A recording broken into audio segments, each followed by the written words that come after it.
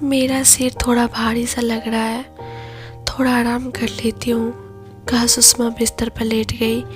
लेटते ही उसे नींद आ गई। माँ पापा, मैं जन्म लेकर इस दुनिया में आना चाहती हूँ, देखना चाहती हूँ प्राकृतिक सुंदरता को, महसूस करना चाहती हूँ तुम्हारे स्पर्श को, तुम्हारी गोद में सुकून भरी नींद पूरी करनी है। मैं पापा की उंगली पकड़कर चलना चाहती हूँ। पापा मेरे लिए घोड़ा बनकर मुझे अपनी पीठ पर बैठाएं। बाबा दादी दोनों के बीच में सोकर राजा रानी, जंगल के जानवरों और परियों की कहानी सुनना है। माँ पापा दादी से कहो ना मुझे आने दे संसार में। माँ मैं जरा सा भी परेशान नहीं करूँगी, बाबा दादी जैसे कहेंगे वैसे ही करूँगी। मैं घर के सारे काम करूँगी, खूब पढ़ लिख कर आप सबका नाम रोशन करूँगी। मैं कलेक्टर बनकर सारे भ्रष्टाचार और कुरीतियों को ख़त्म कर दूँगी। तुम अगर कहोगी तो डॉक्टर, इंजीनियर, वकील कुछ भी बन जाएंगे। इंदिरा गांधी, किरण बेदी, पीटी उषा, सानिया मिर्जा, ना जाने कितनी सभी बेटियां ही तो है ना। माँ फिर मेरी क्या गलती है जो मुझे नहीं आने दे रही हो माँ। मैं अबला नहीं सबला नारी बनूंगी। मेरी दीदी भी तो है, फिर मैं ही क्यों माँ। दीदी के साथ खेलना है। दीदी का बारबी डॉल कितना प्यारा है। तुम दीदी को गले लगाकर कहती हो कि तुम मेरी बारबी डॉल है।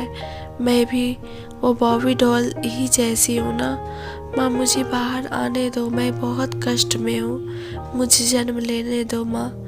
बाबा दादी से कहो ना मुझे ना मारे, मुझे इस गर्भ रूपी नर्क से बाहर आने दो। माँ का गोद तो जन्नत है ना, मुझे उस जन्नत के सुख का आनंद लेने से मत रोको। घर में आने से पहले भगवान जी ने कहा था कि पृथ्वी पर मैं ही माँ के रूप में हूँ। ओ माँ रूपी भगवान तुम्हारे बिना कहे सब समझ लेगी और किसी भी तरह का कोई कष्ट नहीं होने देगी, तो तुम क्यों नहीं समझ रही हो।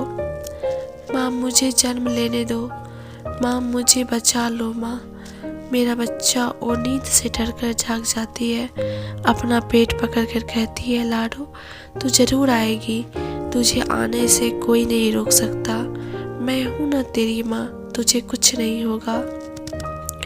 सुषमा क्या हुआ, शांत हो जाओ, शांत हो जावे, कोई बुरा सपना देखिए।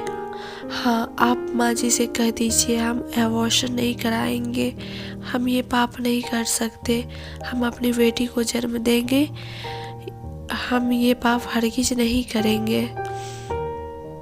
हाँ सुषमा ठीक है, हम कल ही माँ बाबा से कहेंगे, अगर नहीं माने तो किसी को बिना कुछ बताए यहाँ से कहीं दूर चले जाएंगे। लक्ष्मी तो है ही, सरस्वती को लेकर ही वापस लौटेंगे। बेटे के समझाने पर वो लोग भी मान जाते हैं, ये कहते हुए कि हम तो तुम ही लोग के लिए बोल रहे थे, तुम लोग राजी हो तो हमें क्या, बेटा हो चाहे बेटी सब बराबर है। सुषमा की नजरें पति से मिली, दोनों की आंखों में खुशी और सुकून के मोती झिलमिला रहे थे, साथ में औचन में बेटी की खुशी भी दिख रही थी। थैंक्स फॉर वॉचिंग दोस्तों, आपको आज की कहानी कैसी लगी हमें कमेंट करके ज़रूर बताएं। हमारे चैनल को सब्सक्राइब करें और हमारे फेसबुक पेज को भी फॉलो करें। फिर मिलते हैं अपनी अगली कहानी में, तब तक के लिए अपना ख्याल रखें। धन्यवाद दोस्तों।